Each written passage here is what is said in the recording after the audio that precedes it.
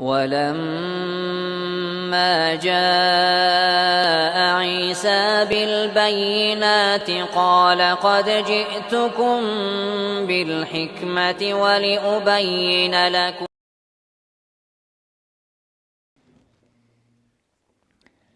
الحمد لله رب العالمين والصلاة والسلام على عبد الله ورسوله نبينا محمد وعلى آله وصحبه أجمعين أما بعد.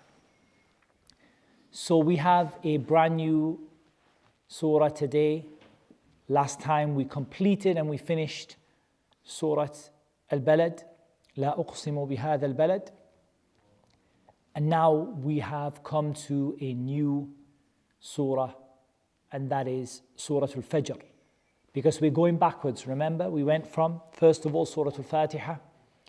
And then after Surah al Fatiha, we went to Surah al Nas, and so on. Actually, I think I started with Qul Huwa Allahu Ahad. But generally speaking, I've been going from the end of the Quran towards the beginning of Juz'u Amma Yatasa'alun. That's what we're heading for. And maybe we're aiming to do whatever Allah makes easy, 1 juz, 2 juz.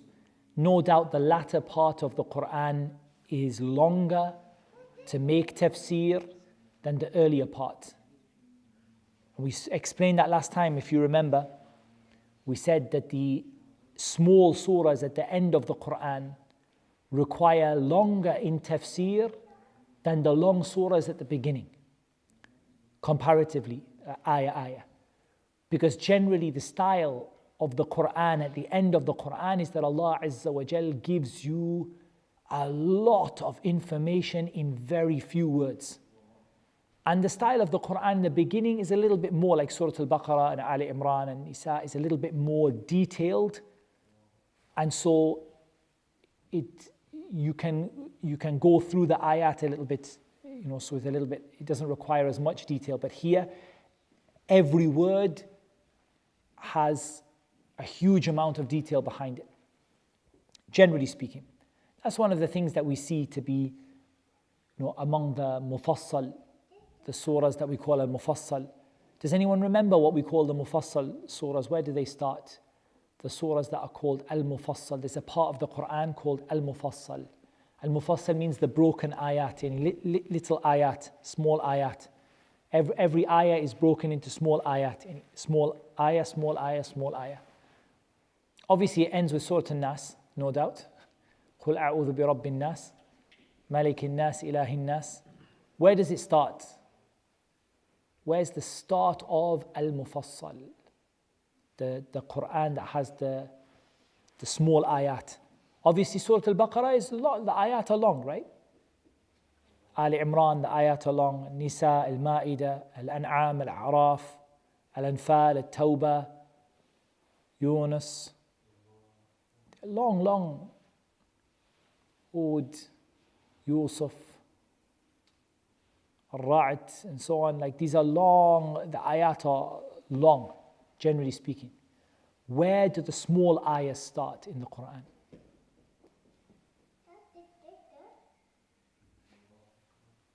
The scholars differ in any case. Do we have some answers? What do you think? They start from Surah Qaf generally. Some of the scholars said Al-Hujurat, but they start from Surah Qaf.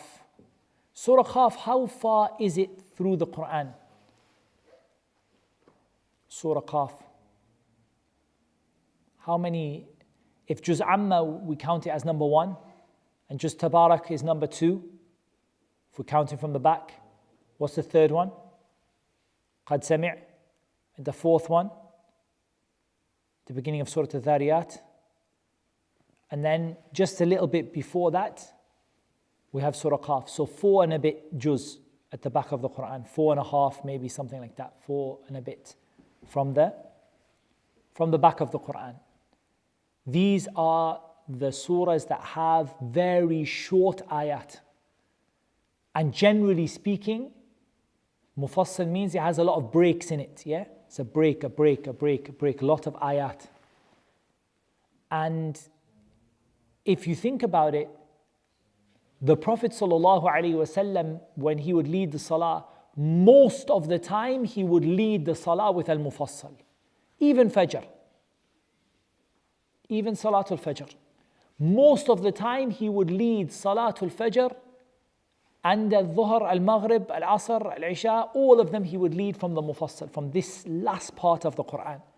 Yes, sometimes he would read other places, but generally his sunnah usually is that he would lead the salah from the mufassal, which are the surahs which have lots of ayat, small ayat. And this is one of them, Surah al Fajr. Surah al Fajr. The mufassal is divided into three, right? Tiwal al mufassal, you have Qisar al mufassal, you have the long mufassal surahs, and the very short ones and the medium length. So which mufassal surahs are the short ones? Until where? Well, many of you have memorized. Annie, what do you think? Many of you have memorized plenty of Juz Amma, the kids and everything. Maybe some of the adults know, but the kids memorize plenty. Where are the small ayat? Where does it start? Which surah? It's probably not Surah al Fajr, right? فَأَمَّا الْإِنسَانُ إِذَا مَا ابْتَلَاهُ رَبُّهُ فَأَكْرَمَهُ وَنَعَّمَهُ فَيَقُولُ. It's a bit long, huh? Where does it start being very, very short? Now, وَالشَّمْسِ وَضُحَاهَا, a little bit, but even past that, a little bit. Still you have at the last ayah in Surah Shams. What's the last ayah in Surah Shams? فَكَذَّبُوهُ فَعَقَرُوهَا فَدَمْدَمَ عَلَيْهِمْ رَبُّهُم بِذَنبِهِمْ. It's a long ayah, huh?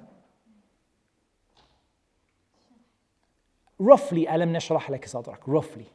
Roughly speaking, أَلَمْ نَشْرَحْ لَكَ صَدْرَكَ. Yani a quarter of Juz Amma. The last quarter of Juz Amma is very, very short. And wallahi al-azim, yani to the adults among us who are not memorizing the Quran, we say that, I know the kids, mashallah, and from the kids I know here, all the kids are memorizing, mashallah. But wallah, it's a bit sad if we have adults haven't memorized the last quarter even of the Quran, of Juz Amma, the last quarter of Juz Amma. Even the smallest ones, even the baby surahs, the ayahs are very, very small. The ones the Prophet ﷺ led in Salat al-Maghrib, sometimes Salat al-Isha, the very small ones. So if Alam Nashrah Laka Sadrak is one of the small ones and then onwards to Surah An-Nas, where are the medium ones? Go on, Aisha, what do you think? When do they start getting long? When do the ayahs start getting very long? Mutaffifin, okay, not bad. Bit past there maybe. Amma yatasa'alun, okay, Surah Naba, yeah, around there. So typically the surahs that are less than a page, around a page, less than a page, those are medium length, like Surah al Fajr. Surah al Fajr is how many pages in the Mus'haf? One and a little bit, right? One and Ya ayyatuha an-nafsul mutma'innah. Yeah, one and a little bit. It's one and a little bit. Okay. So it is from the medium length mufassal. Those medium length ones, when did the Prophet ﷺ used to recite them?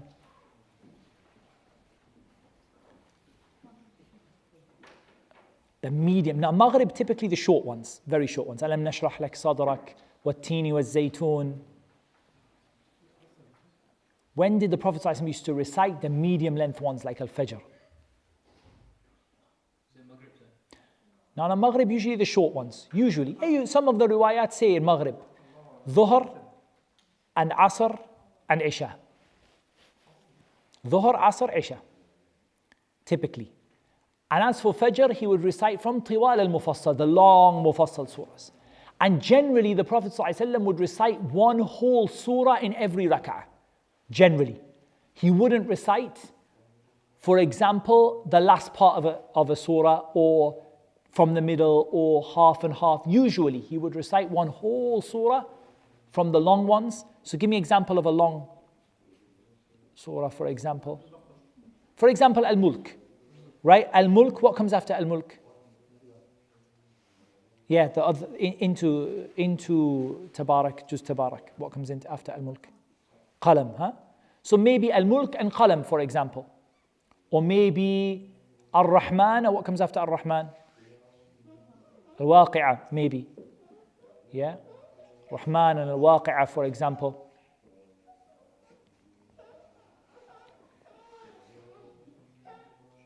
Why am I mentioning this? Because Ibn Kathir, rahimahullah ta'ala, is going to start his explanation of this surah with a hadith.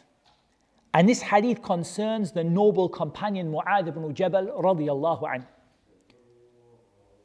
Mu'adh ibn Jabal radiyallahu anhu used to lead the people in Isha. He used to lead the people when? Isha, right? So he used to pray with the Prophet ﷺ, then he would go back to his people, he would lead them with Isha. One day he led the people in Isha and he made the prayer long. He read a nice long surah. He made it long. And there was a man praying with him, and in the middle of the salah, what did the man do? He stopped and he went and prayed by himself. He went and he stopped, and he mentioned that he was a camel, he had camels, or he had a camel or camels, and he couldn't leave it. And I came for Isha, I didn't come for Qiyam al-Layl, like I came for Isha time. So he prayed by himself. When Mu'adh saw him, he said, Munafiq. He's a munafiq, he's a hypocrite. Because why he's not praying with the people? So the man came and complained to the Prophet ﷺ. And the Prophet ﷺ said to Mu'adh, أَتُرِيدُ أَن تَكُونَ فَتَّانًا يَا مُعَاذ.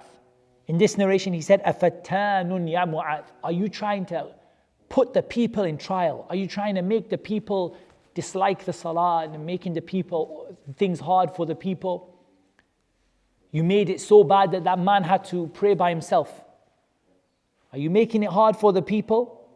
أين أنت من سبح اسم ربك الأعلى والشمس وضحاها والفجر والليل إذا يغشى. He said, where are you, O Mu'adh, in relation to 4 surahs? He gave him 4 surahs as an example of what to lead Isha with. And he gave him 4 surahs as an example of Isha. سبح اسم ربك الأعلى and هل أتاك حديث الغاشية سبح اسم ربك الأعلى and والشمس وضحاها and الفجر and والليل إذا يغشى. So Al-Fajr is an example of a suitable surah to lead the people for Isha. For example, you lead the people with Al-Fajr and then Al-Balad, or you lead them with Al-Fajr and Al-Shams, or Al-Shams and Al-Layl. This is the kind of length that the Prophet ﷺ would lead the people in Isha. And Isha was a hard prayer to pray, remember. Isha was a prayer that was hard to pray. It was hard for the munafiqeen, because remember, it's not like this time now. Like now we are people who've become used to living in the night because of electric lights and because of, the way that the world is now. Before, Isha time was bedtime. As soon as it got dark at Maghrib, after that there is very little. Once the light is gone at Isha, there is not really anything now you can do. You can light an oil lamp or something, but it's not, wasn't common. That was it. The people found Isha very hard. That's why the Prophet ﷺ, he mentioned 2 prayers are very hard for the munafiq. Fajr and Isha. And definitely in the UK, in the north of the UK, we experience this Isha problem in the summer, right?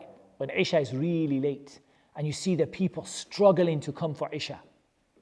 And that's why Isha is hard upon the munafiqeen and Fajr is hard upon the munafiqeen. So the first thing we learnt about this surah is, we learnt about this surah that it is a surah that is of a medium length among the end of the Quran, and it's suitable to lead. The Prophet ﷺ gave it as an example for leading Salat al-Isha. Likewise, Dhuhr and Asr are of a similar length. A little bit more in Dhuhr, a little bit less in Asr. Yani Dhuhr a little bit longer, Asr a little bit shorter, and so on. We're not going to talk first of all about the topic of the surah too much, because I want to quote you Ibn al-Qayyim rahimahullah ta'ala later on. But I just want to give you a rough idea. Allah Azza wa Jal in this surah. In fact, let's just ask, because we haven't done this for a while. You guys have a bit of familiarity with the surah. I'm not asking you about Surah al-Ma'idah or something. I'm asking you about a surah you've heard. What do you think about the theme of the surah?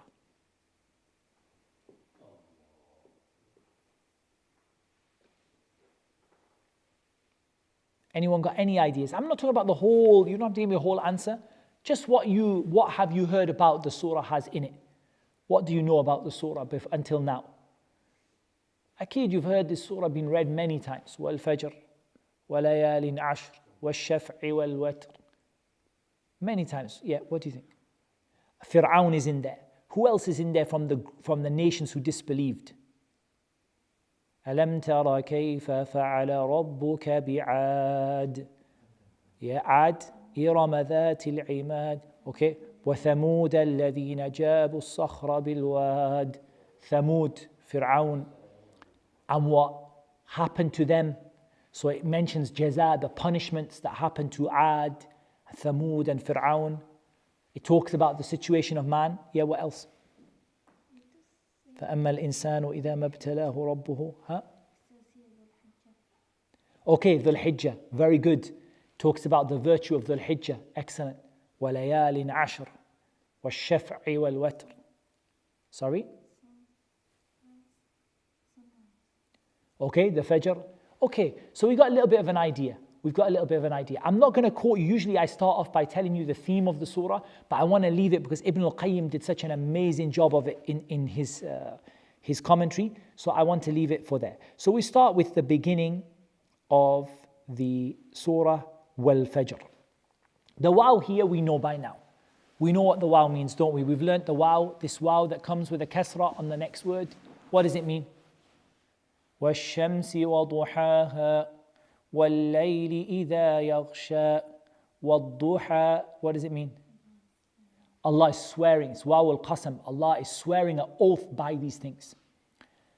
As for us, who do we swear by? When we swear. When I say, I swear by, do you see, I swear by my father's grave or I swear by my mother's life? Haram. It's not allowed. It's an example of a shirk, yeah? You can't say, I swear by my father's life or swear by my mother's life or swear by my father's whatever the people swear by. You can only swear by Allah, right? You have to say, Wallahi, I swear by Allah. That's what you have to say. Okay? What about Allah when He swears by things? What does Allah swear by? Does He only swear by Himself? No, by everything. He swears by Al-Mu'azzam min khalqihi, the greatest of the things that He created. So every time Allah swears by something in the Quran, we know that this is something mu'azzam. It's very huge and great and significant in the sight of Allah. So Allah swore by Al-Fajr. Al-Fajr is a time, right? We all agreed that Al-Fajr is a time. And we're not talking about Salatul Fajr exactly, although I'll come to Ibn al-Qayyim in a minute, what he said about Salatul Fajr. We're talking about the time. What other times has Allah sworn by in the Quran that we've covered in tafsir up to now? Duha, Allah swore by the morning, the early part of the morning. What other ones? Wal-Layl, Allah swore by the night time. Did we cover any other ones? Wal-Asr. Wal-Asr. Some of the scholars, they said Asr here, it doesn't mean time. Some of them said it means time, and some of them said it means Asr and the late afternoon. Wal-Asr. Okay. So here Allah Azza wa Jalla swears by Al-Fajr, Wal-Fajr. And we know it's an oath, it's swearing because of the kasra, the Wal-Fajri. If you join it, Wal-Fajri wa-layalin ashri. Yeah, when you join it, the kasra on the Fajr. Fajr here, it shows us that this is an oath. And Allah is swearing by Al Fajr. So this is a very important time. This is an extremely important time. And from the scholars of Islam, there are those who said that this is the best of all the times in the day. And there are actually narrations, you guys know, that Allah Azza wa Jal descends in the last third of the night. That Allah Azza wa Jal descends in a way that befits His Majesty. Allah Azza wa Jal descends to the lowest heaven in the last third of the night. Allah Azza wa Jal descends to the lowest heaven in the last third of the night in a way that befits His Majesty. We don't say, how does Allah do that? How does Allah descend? We don't answer that question. We say Allah knows how He descends. But Allah descends to the lowest heaven in the last third of the night. There are narrations which indicate that this continues until the time of the Fajr prayer. Yani an-nuzul al-ilahi, that Allah Azza wa Jal descends to the last third, to the lowest heaven, continues even at the time of Fajr. There are some narrations like that. But what did Allah Azza wa Jal tell us about Fajr? Surah al-Isra, أقم الصلاة لدلوك الشمس إلى غسق الليل وقرآن الفجر إن قرآن الفجر كان مشهودا. Perform the prayer لدلوك الشمس إلى غسق الليل. دلوك الشمس is when the sun is in the middle of the sky. What prayer is that? When the sun is in the middle of the sky. ظهر. إلى غسق الليل. Until the time when the night comes. The night is fully set in. What time is that? Now when the night is fully set in Maghrib still light outside, huh? Isha, huh? In Maghrib the light is still out, the sunset, but the light is outside is still light. إلى غسق الليل وقرآن الفجر. And the recitation of the Fajr. إن قرآن الفجر كان مشهودا. The Quran at Fajr time is witnessed. Okay, I've got two questions for you. I'll give you the easy one first. Who witnesses the Quran at Fajr? What special thing, what special witnesses, other than Allah Azza wa Jal, what special witnesses witness the Quran at Fajr different from Dhuhr, for example? That was the easy question, guys. That wasn't the hard one. That was the easy one. Yalla, what are the mashayikh on YouTube saying? The angels, excellent. Which angels though? The angels witness at Dhuhr. Which angels? The angels work in 2 shifts. Yeah? The angels work 12-hour shifts. They work in 2 shifts. They work in a day shift and a night shift. Okay? The angels, you have angels of the night and angels of the day. At Fajr, the angels of the night and the angels of the day both are present. And they both witness the recitation at Fajr. وَقُرْآنَ الْفَجْرِ إِنَّ قُرْآنَ الْفَجْرِ كَانَ مَشْهُودًا.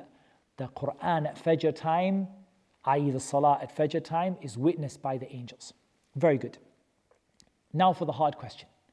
Someone comes to you and says to you, this ayah in Surah al Isra is a proof that we as Muslims only pray 3 times a day. Have you heard these these hadith rejectors? Very famous.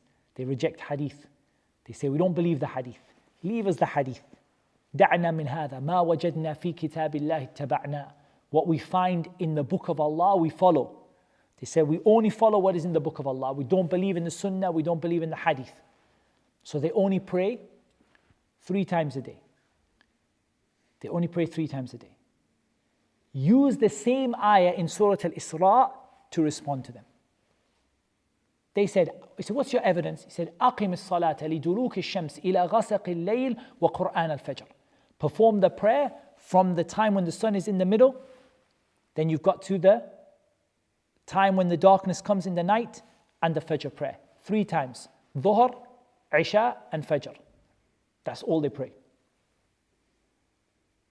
They say this Asr and Maghrib, you people invented it from the Sunnah. You Sunni people, you just made it up.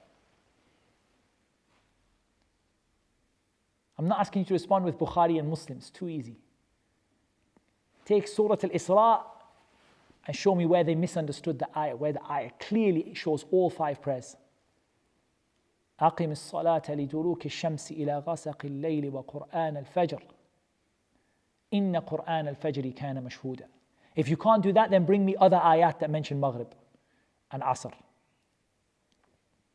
That's easier. حافظوا على الصلوات والصلاة الوسطى وقوموا لله قانتين. You many ayat that mention Maghrib and Asr elsewhere.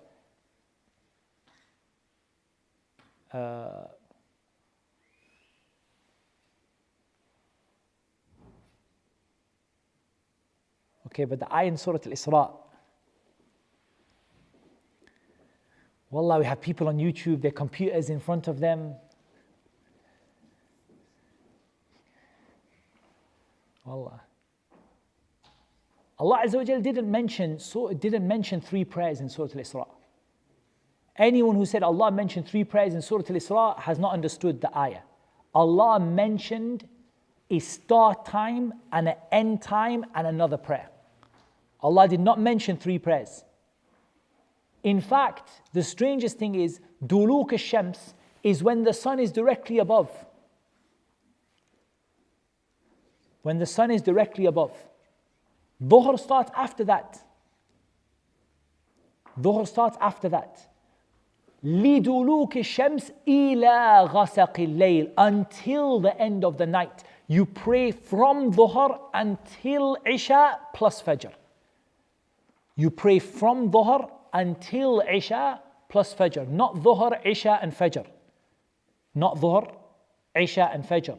From Dhuhr until Isha as well as Fajr. And that's just one simple answer. Otherwise, there are many ayat in the Quran that mention Maghrib and that mention Salatul Asr. And the Sunnah of the Prophet ﷺ is plentiful in explaining to us the 5 daily prayers and the ijma' of the Muslims that all agreed upon the 5 daily prayers and so on and so forth. These people are not difficult to give them an answer. But I just want you to understand that when someone brings you an ayah like that, you don't even need to look for another ayah. You can even respond to them with the same ayah. Because there is no way any ayah in the Quran contradicts that which is mentioned in the authentic Sunnah, or any way that the Sunnah contradicts itself or the Quran contradicts itself. So in reality, the same ayah has evidence against them. Has an evidence against them. And many, many examples of that when you hear people bring in ayat to justify their misguidance and things like that, and they bring you an ayah. If you look at that ayah itself has an answer in it. Let alone if you go outside and you start. So what you do, you start with the ayah. First you refute them from the ayah. Then you bring in the other ayat. Then you bring in the hadith. Then you bring in the consensus. Then you bring in what the scholars said. And you leave them with the ceiling falling down on their heads. And they have nothing left. From this example, we saw this Shaykh al-Islam ibn Taymiyyah rahimahullah ta'ala. And after a while, he just got, tired of just responding to people like that. Like they have no answer. So now I'm going to make myself a rule. I'm only going to respond to you with the same ayah you bring to me. And I'm going to show you how your opinion cannot be correct. So a person has confidence in the revelation of Allah Azza wa Jal. You don't ever feel, like these people, somebody brings you an ayah here, ayah there. We're living in this time, people. That's why I'm sharing this information, because people are sharing all the time shubahat, confusion on their YouTube, Facebooks and Twitter and social media, and they're passing across false information, confusing people.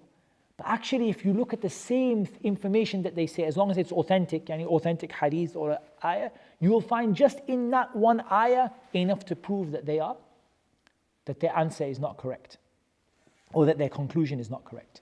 So we said, well, Fajr is a time which is a blessed time. And Allah Azza wa Jal mentioned Al-Fajr here with the Fajr, because this time is well known to everybody. Everybody knows what the Fajr time is. Even the people who are not praying, they know what the Fajr is. How do you see the Fajr? What is the Fajr? What's the definition of Fajr? You know, the other day, myself and one of the brothers in the masjid, we went out to Tynemouth to look for the Fajr. The reason we went out to look for the Fajr is some of the brothers were a bit concerned about the prayer times. They felt like Fajr might be a bit too early, a bit too late. You know, the prayer times are not perfect, right? The timetables, they're not perfect. They're best effort. At the end of the day, use the Mark 1 eyeball, yeah? Much better than the prayer timetable. But alhamdulillah, prayer timetables make things easy.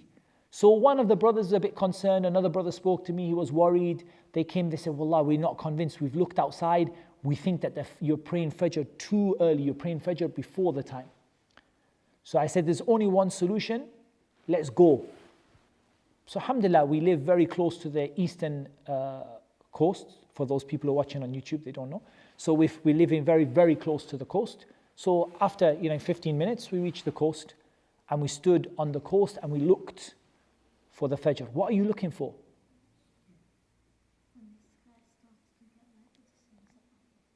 When the sky starts to get light but the sun isn't up. No. If you're looking for that, it's not precise enough. You're gonna pray Fajr at the wrong time. You're looking for a horizontal light that spreads wide along the horizon. Actually, there are two Fajrs. There is Fajrun Kadhib wa Fajrun Sadiq. There's a fake Fajr and a true Fajr. The fake Fajr is what? When the light goes up. Just before Fajr, real Fajr, you see some light that comes up, but it doesn't stretch out wide.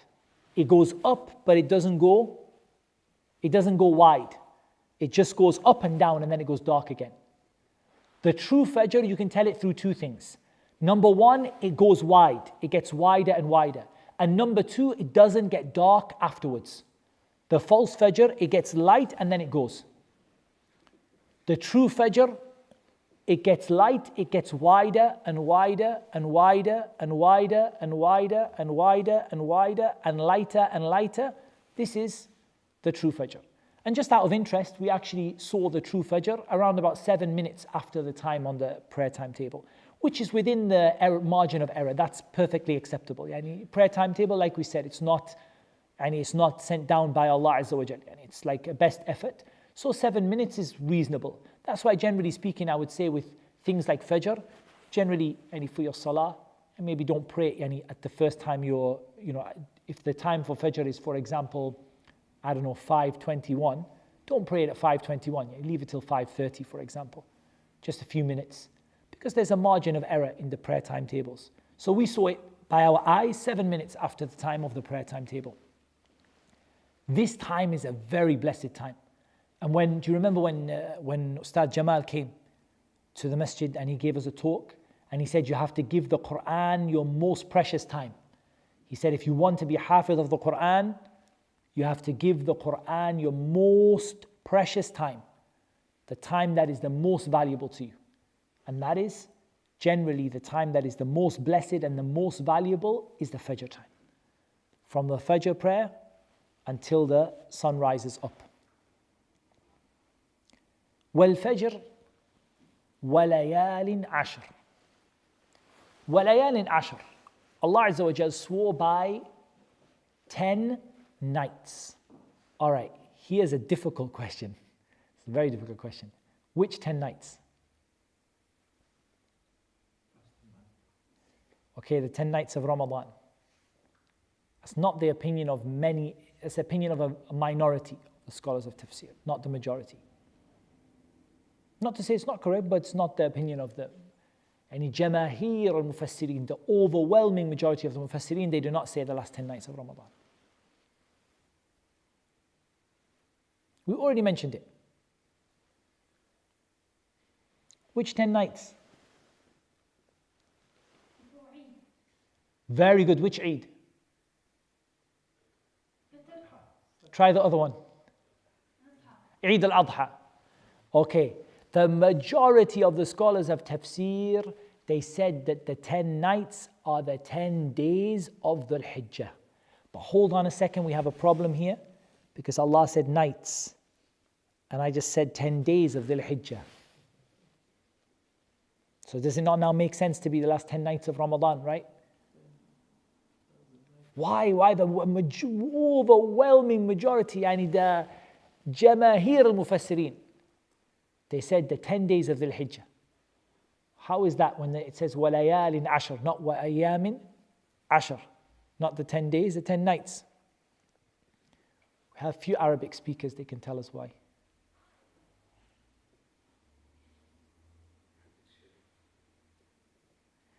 The Arabs in the first place use the word day and mean night, and use the word night and mean day. The words are interchangeable in Arabic.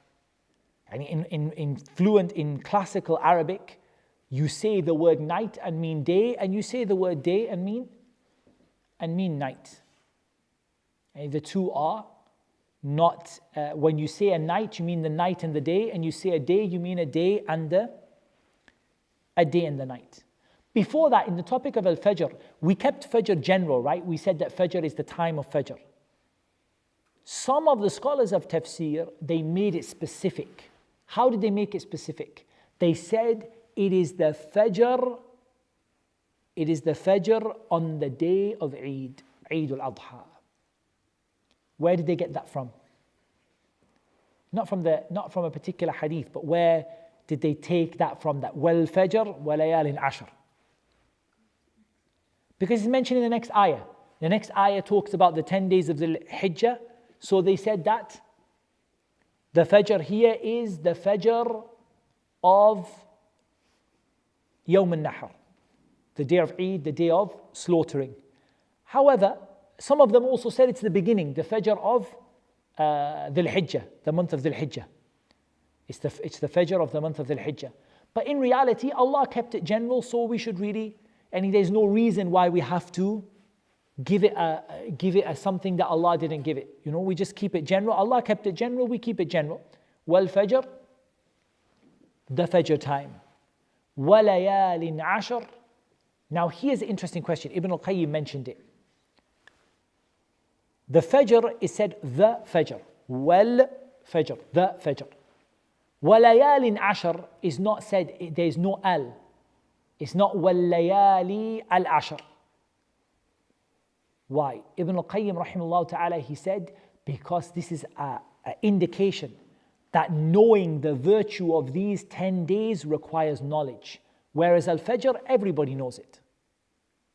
Al-Fajr is something everybody can know.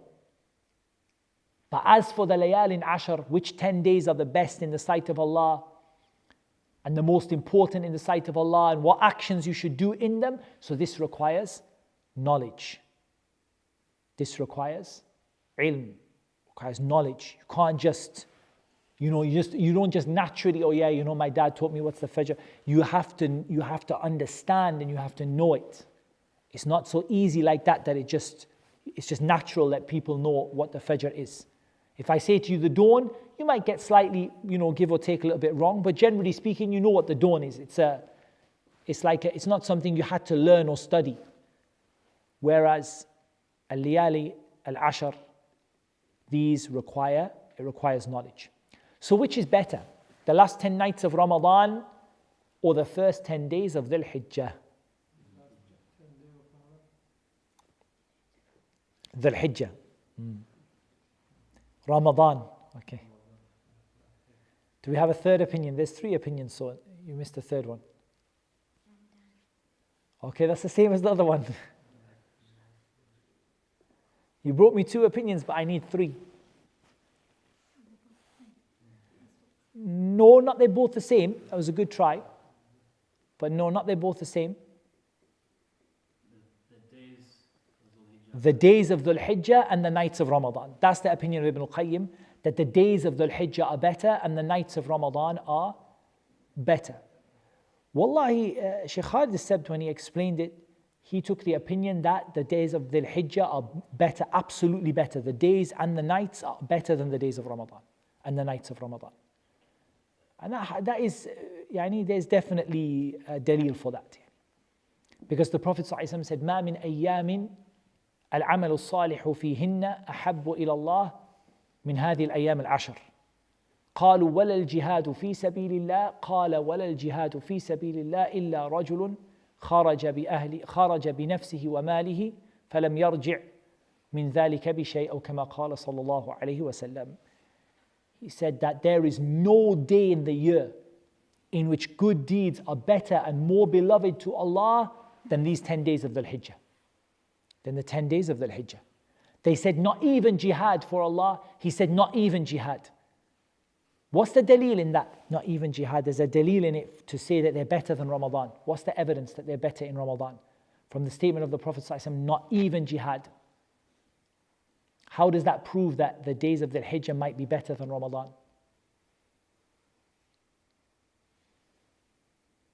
They said not even jihad, O Messenger of Allah. He said not even jihad, except for a man who leaves with his money and himself and he doesn't come back with either.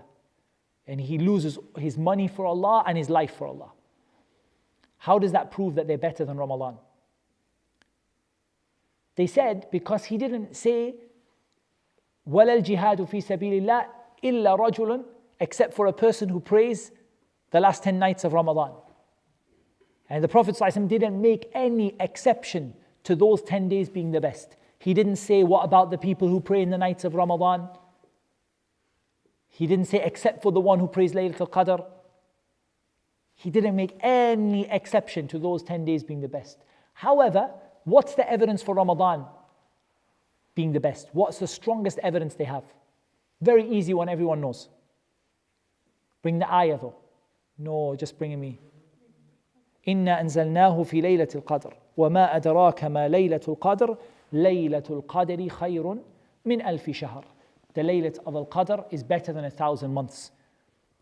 So they said 1,000 months, and it includes 1,000 of Dhul Hijjah, or 1,000 of the months. Yani it includes so many, not 1,000 of Dhul Hijjah, but it includes 1,000 over 12.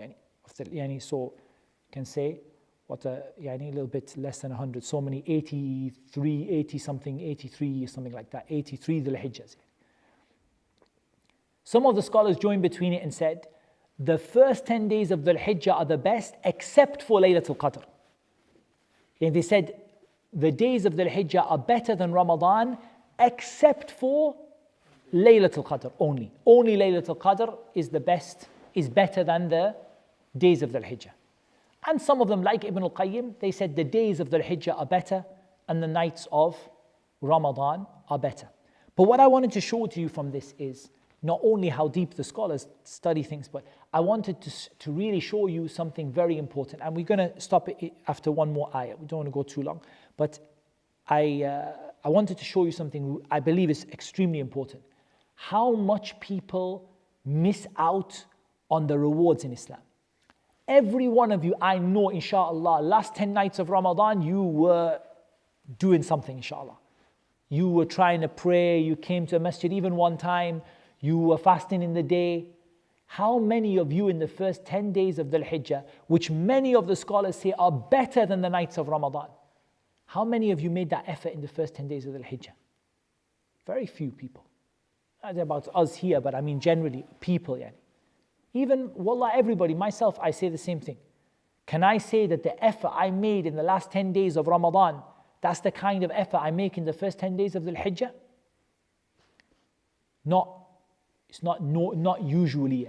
It's not like you have to really appreciate. And that's why Ibn al-Qayyim said that Allah said, وَلَيَالٍ عَشْرٍ. And he didn't say, وَاللَّيَالِ الْعَشْرٍ.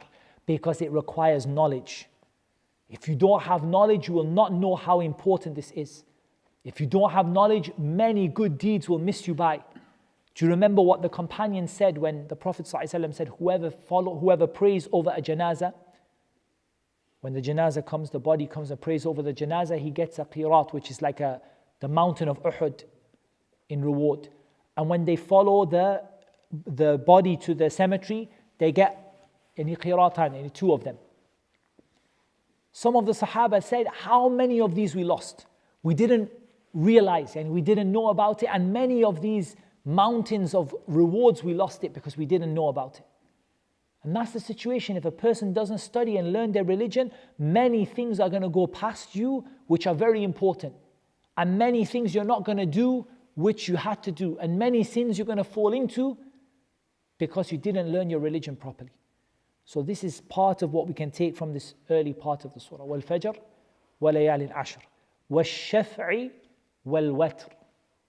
Ash-shaf' is an odd number. And al-watr, and in a qira'ah al-witr, both are correct. You can recite both either way. Just like you can recite Maliki Yawmiddin and what's the other qira'ah? What else have you heard people recite apart from Maliki Yawmiddin? What do people recite? Maliki Yawmiddin. Yeah, so there is a way of reciting the Quran. Maliki Yawmiddin, there is a way of reciting the Quran. Maliki Yawmiddin.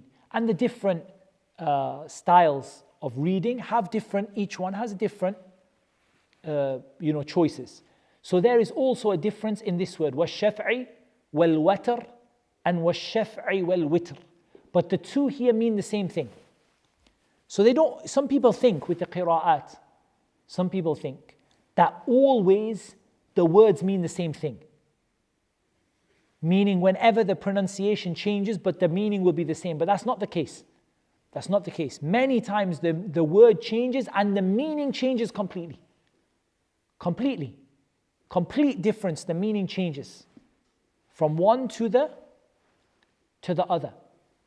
And sometimes the meaning stays the same, but the pronunciation is different. But what is there never? There's never contradiction. There's never contradiction. But there is sometimes a difference in meaning. It gives you more meanings and more understanding. And that's also very sad, wallah, in this day and age, that many of us, I would say majority of Muslims, we don't even know anything about the qira'at of the Quran. We never hear anyone recite the Quran differently. The only thing we hear is Hafs and Asim. We just hear the normal style that everybody reads in the masjid. That's the only thing we hear. But we cannot even barely find the Imam who is Hafid in Hafs, let alone can read in different styles of the Quran. And then when someone reads the other day, it was Sheikh Jamal came, he read Surah al Fajr, and half the masjid was going to correct him. I don't know if he read wash-shaf'i wal-witr, or he read some different styles in Surah al Fajr. And wallah, the people wanted to, and they're like, what's they rereading? He doesn't know how to read Surah al Fajr. So you should at least be aware of it. You know, if you download Quran, sometimes, I'm not saying don't confuse your hifth or something, like don't mix up your hifth. But sometimes if you just want to listen to the Quran, listen to it in a different style so you don't completely lose. Yani it's like you're only getting 1/9 out of the Quran. And you're leaving 8 parts, or you're getting 9 out of 10, for example. And usually 10 main qira'at, there's many, but 10 are 10 main. You're getting 1 out of 10 and you're leaving 9 out of 10. And so at least leave yourself some knowledge of this a little bit, just from time to time. And we don't mention all the qira'at here. I don't always mention the qira'at, but sometimes I mention just here and there. So one of the different ways of reading is al-watr and al-witr, wash-shaf'i wal-witr. And both of them mean the same thing. They mean the odd. One is in the language of Quraysh, yani how Quraysh used to say it, and one is in the language of Tamim, how Tamim used to say it. Both are fluent Arabic and both are classical Arabic.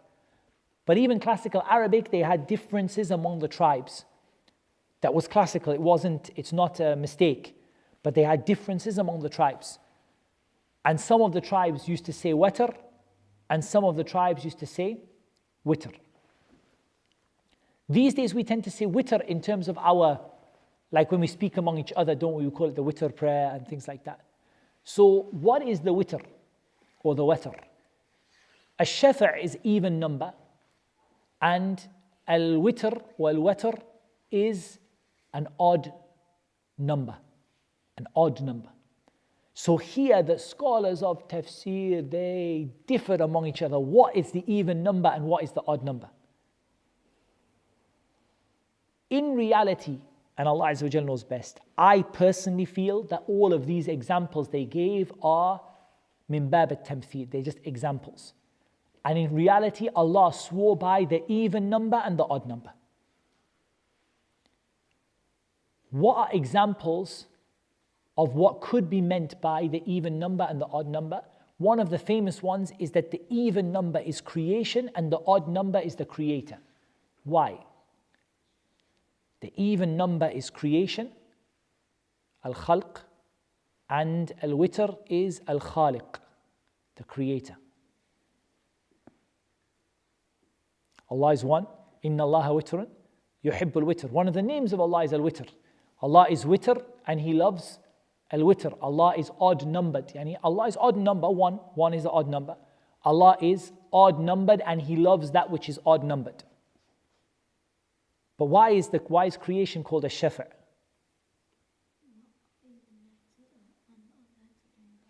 Sorry? Yes, the even and odd night. No, what some of them said is with the even and odd, I'll talk about others. I want to talk about now why is creation called even? It's a very simple answer. Because we're all equal? Not equal, so to speak, but not nearly. Allah created us in pairs. Allah created us zawjain. All of creation, typically, vast majority of creation. Allah created them in azwaja.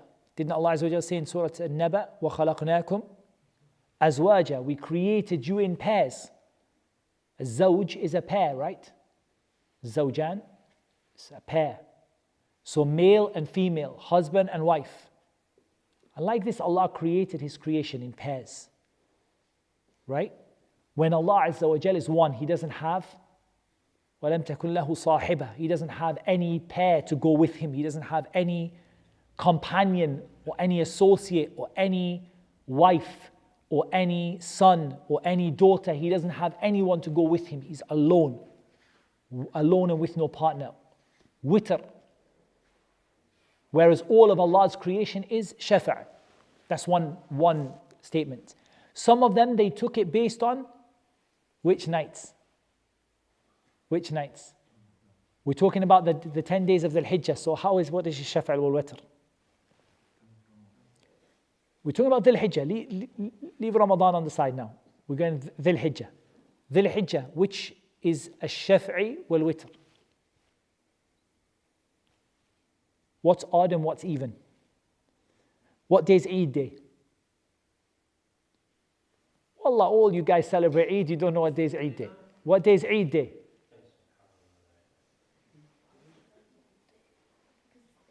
What day? Eid is the 10th day. Eid is the 10th day. So Eid is even. And the day that is Allah Azza wa Jal frees the most people from the hellfire is Arafah. And it is odd. So some of them said was Shaf'i wal Witr is Eid day and Arafah.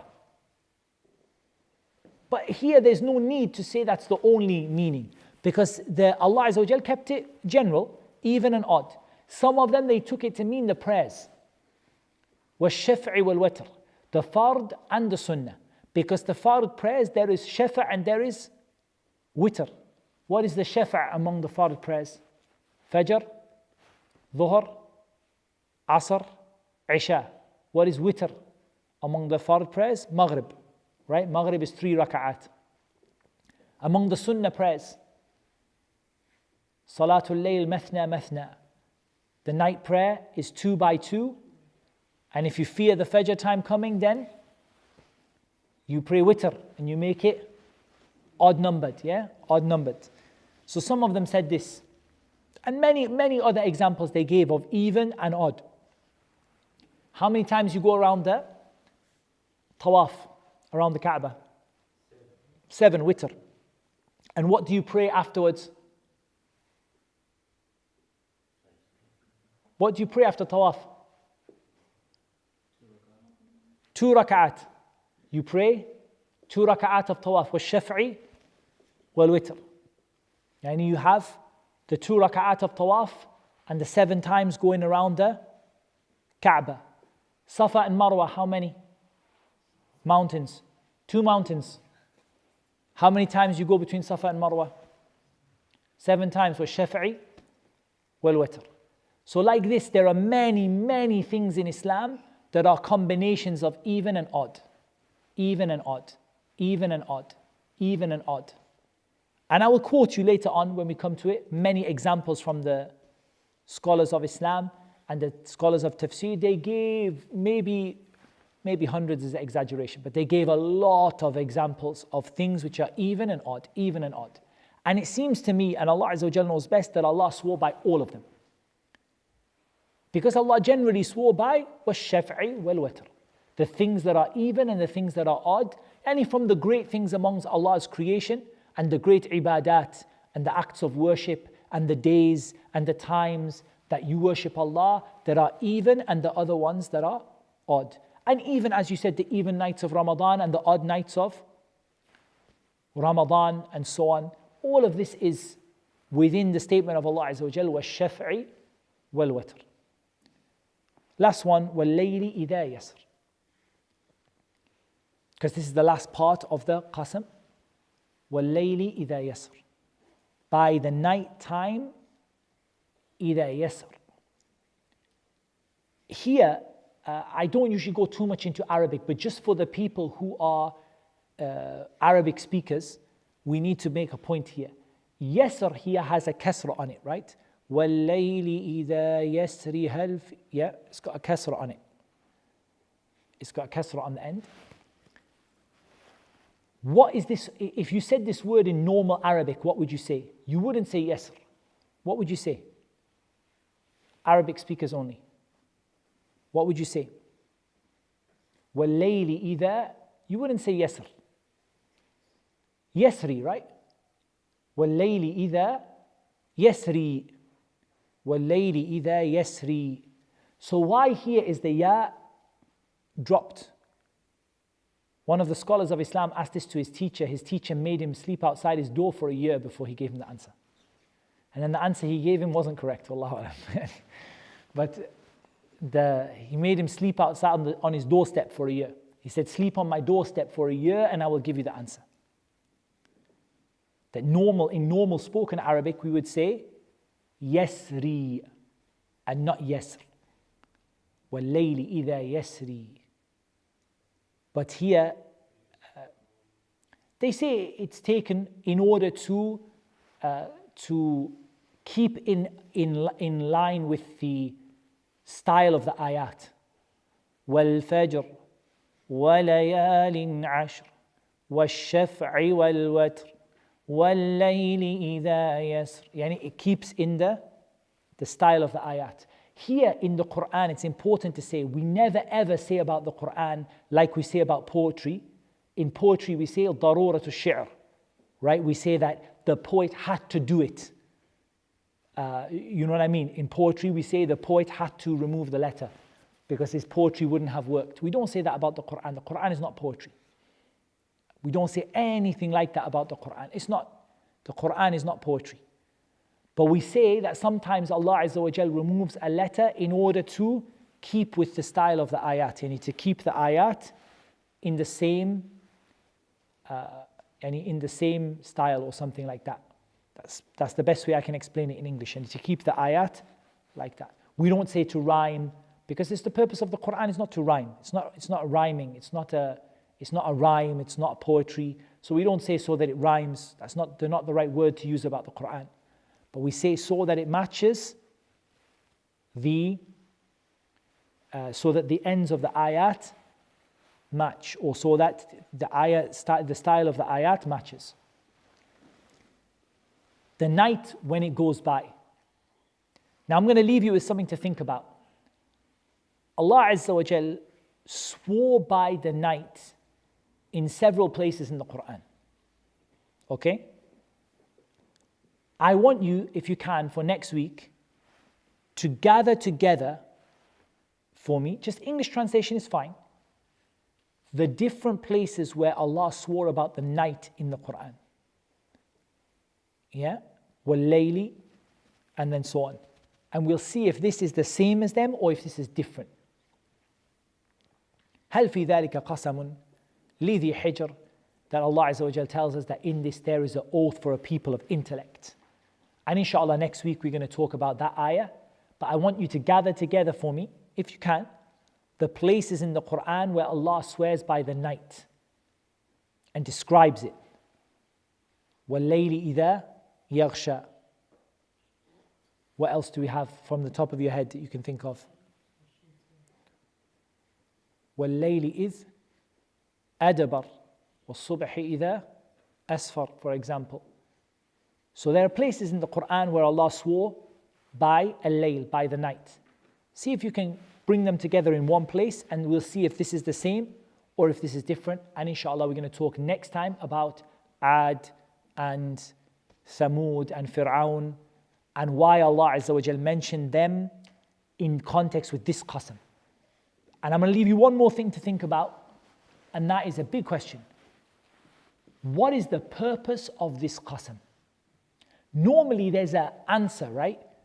For example, what do we say? وَالشَّمْسِ وَضُحَاهَا وَالْقَمَرِ إِذَا تَلَاهَا وَالنَّهَارِ إِذَا جَلَّاهَا وَاللَّيْلِ إِذَا يَغْشَاهَا وَالسَّمَاءِ وَمَا بَنَاهَا وَالْأَرْضِ وَمَا طَحَاهَا وَنَفْسٍ وَمَا سَوَّاهَا فَأَلْهَمَهَا فُجُورَهَا وَتَقْوَاهَا قَدْ أَفْلَحَ مَنْ زَكَّاهَا.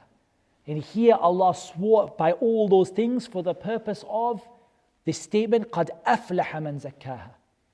The one who purifies their soul will definitely be successful.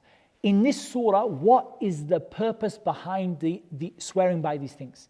Where's the sentence that says, it's just to think about, I don't want the answer now. It's just to think about, yeah? Where is the sentence? Where is the conclusion of all of this? Wal Fajr, wa layalin ashr, wa shaf'i wal watr, wal layli idha yasr, hal fi dhalika qasamun lidhi hijr. What's it bringing you to? What's it drawing your attention to? And then I'm going to quote you what Ibn al-Qayyim said. And wallahi, when I heard what Ibn al-Qayyim said about this, I just sat there thinking, wallah, this man was a genius, wallahi. Ibn al-Qayyim was a genius, wallahi. Like you read what he said, you think, how did he get that from that? It's like you sit there just shaking your head with, how did he find that from there? And I will quote some of the things that he said. It's not easy, this one. It's not easy to find what is the purpose behind this qasam, the reason behind it. It's drawing your attention, it's bringing you to what? Have a think about it, inshallah, for next time. So do we have any questions before we finish? No answers to the questions I asked, okay? I want people to think about it for next time. Yasri with the ya in any other qira'at. Not that I know of, but you know it's there because of the kasrah on the ra. وَاللَّيْلِ إِذَا يَسْرِ هَلْ, like that, if you join it. Yeah? I mean, not that I know of, like I haven't memorized all the qira'at. So me, I'm on number 2. I'm not on number 10. So I'm not like that I know of. I don't know of a qira'ah that has a qira'ah mashhura that has it in. Sorry? Okay, do we have any questions from the guys here? So you guys notice the time for Isha has gone to 6:30, yeah? So that everybody notices that's the new time for our class now. And that's, inshallah, and I think that will be for, a little while, inshallah. No more questions? No one here? Okay, inshallah. That's what Allah made easy for us to mention. And Allah Azza wa Jalla knows best. Wassalatu wassalam ala nabiyyina Muhammad wa ala alihi wa sahbihi ajba'in. Fika barakallah. Jazakumullah khairan for watching. Please subscribe, share, and you can visit muhammadtim.com.